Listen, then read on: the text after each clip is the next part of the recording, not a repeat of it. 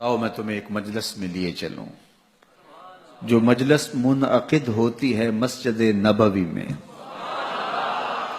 صحیح مسلم میں یہ روایت موجود ہے، حضرت امیر معاویہ رضی اللہ تعالی عنہ جو صحابی رسول ہیں اور جلیل القدر صاحب عظمت صحابی ہیں، ان سے یہ روایت مروی ہے۔ فرماتے ہیں کہ اللہ کے محبوب علیہ الصلوۃ والسلام حجرہ انور میں موجود تھے اور صحابہ مسجد نبوی کے صحن میں مجلس بپا کیے ہوئے تھے۔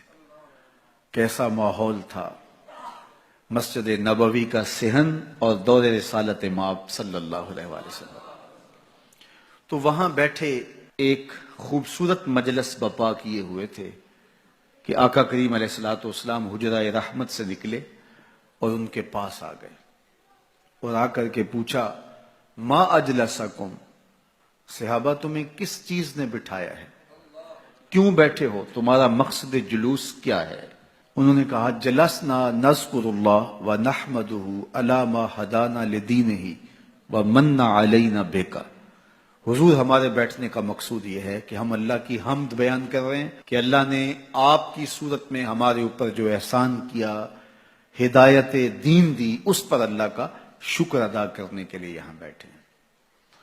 بات تو سادہ سی تھی، لیکن حضور نے فرمایا کہ کیا تم اس بات پہ قسم دے سکتے ہو کہ اسی لیے بیٹھے ہو؟ آپ سے کوئی پوچھے کہ یہاں کیوں آئے ہو تو آپ کہیں کہ ہم ادائیگی جمعۃ المبارک کے لیے آئے ہیں تو بات تو ختم ہو جائے گی، لیکن میں اگر آپ سے پوچھوں اچھا قسم دو، حلف اٹھاؤ کہ اسی لیے آئے ہیں، تو آپ کو حیرت تو ہوگی کہ ہم یہاں آئے بیٹھے ہیں اور ہم سے حلف لیا جا رہا ہے کہ آپ واقعی اسی لیے آئے ہیں۔ تو صحابہ سے پوچھا کیوں بیٹھے ہو؟ انہوں نے کہا ہم اللہ کا ذکر کرنے بیٹھے ہیں، اس کا شکریہ ادا کرنے بیٹھے ہیں، اس کی حمد بول رہے ہیں، اس بات پر کہ اس نے ہمیں ہدایت دین عطا کی اور آپ کی صورت میں ہمارے اوپر انعام کیا۔ فرمایا حلف دو، قسم دو۔ انہوں نے کہا جی ہم قسم اٹھاتے ہیں، حلف دیتے ہیں کہ ہم اسی لیے آئے ہیں، ہمارے بیٹھنے کا کوئی اور مقصد نہیں ہے۔ حضور نے باقاعدہ ان سے حلف لیا اور انہوں نے باقاعدہ قسم دی کہ ہاں ہم اسی لیے آئے۔ جب قسم دے چکے تو صحابہ کے چہروں پہ حیرت و استعجاب کا عالم تو تھا۔ بظاہر موقع تو قسم کا نہیں لگتا، لیکن قسم حضور نے لی، قسم انہوں نے پیش کی ادب سے، محبت سے، عقیدت سے، لیکن دل میں ایک سوال تو ابھر رہا تھا کہ آخر کیا وجہ بنی کہ ہم سے قسم لی؟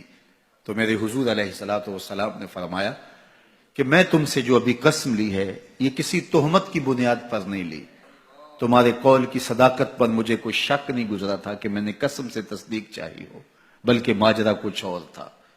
اور وہ کیا کہ تم یہاں بیٹھے تھے مجلس بپا کیے ہوئے اور میں حجرے میں تھا، اتانی جبریل علیہ السلام، تو میرے پاس جبریل امین حاضر خدمت ہوئے، فاخبرنی ان اللہ یباہی بکم الملائکہ، تو جبریل نے آ کر مجھے خبر دی کہ محبوب باہر تو نکل کے دیکھو، آپ کے غلاموں کے اس عمل پر اللہ فرشتوں میں ناز کر رہا ہے۔